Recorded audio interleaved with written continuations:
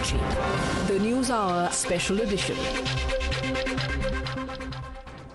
Welcome back. Ukraine continues to be on the edge as NATO and United States have claimed that the Russian invasion is possible anytime now. The US told the UN Security Council that Russian forces continue to be around Ukraine's borders and may launch an attack against Ukraine soon. But Russia has repeatedly denied plans to invade Ukraine.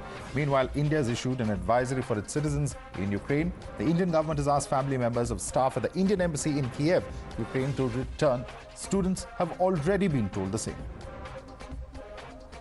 Assault on the Ukraine is an assault on democracy. We all have to know that and respond in ways that are effective, appropriate, and in some cases, not speaking human-wise, but technology-wise, deadly. And Times Now has also spoken to some of the students who returned from Ukraine. Listen in. मैं जफरोजिया state medical university Ukraine का छात्र हूँ। मैं चौथे year में अध्ययन कर रहा हूँ।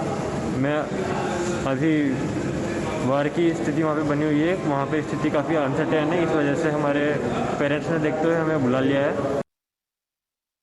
हमारी हाड़ौती के 3 छात्र भाई लोकेश मीणा, राजकुमार मीणा और लक्ष्य राजावत यूक्रेन से कोटा पहुँचे और मैं आभार व्यक्त करना चाहूँगा इनके अभिभावकों का, जैसे प्रिंसिपल साहब घनश्याम जी मीणा का भी, कि माता पिता ने मजबूत डिसीजन लिया कि बच्चों आप यूक्रेन से भारत आ जाओ, आपका जीवन सुरक्षित है तो सब कुछ जीवन में मिलेगा, जीवन नहीं है तो आगे कहाँ से मिलेगा।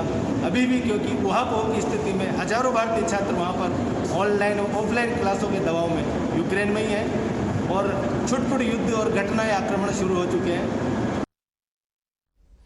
And joining us for more on the story, we have with us Mr. PS Raghavan, former Indian ambassador to Russia and former chairman of the National Security Advisory Board, joining us. Mr. Raghavan, thank you so much for taking the time out and speaking to us here at Times Now. How do you look at the situation that is developing at the moment? Over the last 24 to 48 hours, there's been a lot of activity. The Indian government too, in fact, issuing an advisory for several of its citizens. Students, of course, it had advised earlier, but now even the embassy staff and the families are being asked, particularly the families of the embassy staff being asked to evacuate. So this is in line with what we've been hearing, particularly from the West, from European countries and other organizations like the UN and NATO. How do you see it developing over the next few days, sir?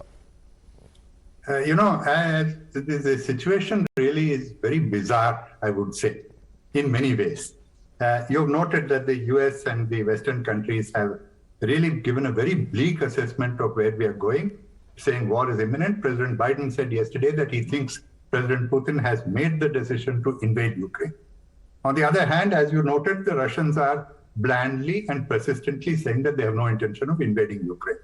On the third hand, look at the president of Ukraine, who has in fact criticized the US for saying that war is imminent.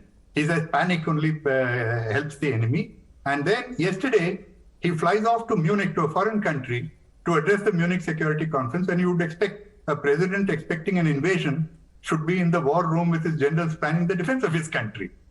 And then what is further bizarre about this? You see, behind the harsh language that all the Western countries are using, warning Russia against invasion, threatening sanctions, and warning dire consequences if Russia invades Ukraine, they have also systematically and pretty explicitly over this period assured Russia that they would meet it more than halfway about its security demands, for the pursuit of which ostensibly he is piling up troops on the border. And therefore, today, for him to invade, for Russia to invade Ukraine, appears to be a horribly irrational decision. It risks losing whatever President Putin is ostensibly trying to do by piling up pressure on the border. So this is the bizarreness of the situation that is there right now. Right. Right. So absolutely. And what we had seen also is the Ukrainian premier come out and say that there's so much of uncertainty, business is flying out, investment is flying out. People are also, moving out of Ukraine at the moment. And clearly at some level or the other, the diplomacy that, we know that France, Germany, etc. are engaged with Russia to try and convince it not to attack Ukraine. Do you think that it is this diplomacy that has kept Russia from carrying out any such maneuver so far? My feeling is Russia is, of course, it's a brinkmanship which is at play right now. But Russia has seen the West promising fulfillment of some of the security guarantees that it has sought, which have all been laid out in President Putin's speeches over the last months. But it is trying to see what more it can get. And specifically, in fact, the President of Finland was on TV just a few minutes ago, saying specifically the sticking point appears to be the Minsk agreement, which is meant to resolve the issue in eastern Ukraine.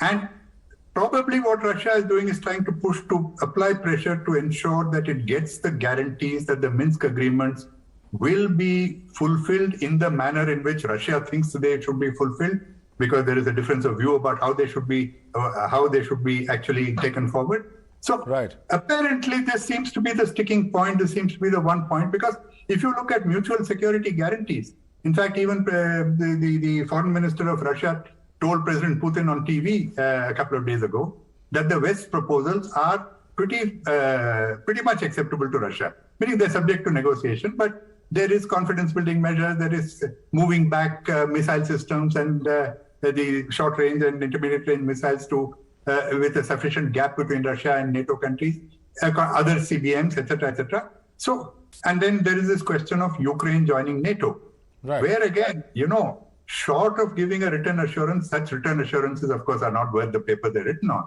But short of that, there are enough assurances that Russia has pocketed, which ensures that Ukraine will not join NATO or cannot join NATO in the foreseeable future, including the fact that Russia is in occupation of Crimea. And until such time as Russia is in occupation of Crimea, Ukraine simply cannot join NATO. So it appears to me the sticking point here is the Minsk agreement, how it will be resolved. And that is what Russia seems to be pushing forward to try to apply pressure on the West to deliver on. Mr. Raghavan, many observers have said that in the event of war or an invasion by Russia, Russia would be forced more into China's corner, and the net impact on India would be a big loser because diplomatically, militarily, and potentially even economically, we all know the impact it will have on fuel prices. For instance, Russia, in fact, US has also threatened that they would be pushed out of the international finance system. There are several such impacts which could adversely affect India, particularly from the point of view of defense, because India still depends heavily on Russia for its military hardware. A bad outcome of this face-off would obviously be very bad for India. When I say bad outcome, it depends on how exactly this thing is resolved. If there is an invasion, God forbid, then of course all hell breaks loose, and there is and everybody suffers. And by the way, it's not just the Indian economy. The Russian economy may suffer a lot, but the European economy will suffer greatly as well. So will the American economy.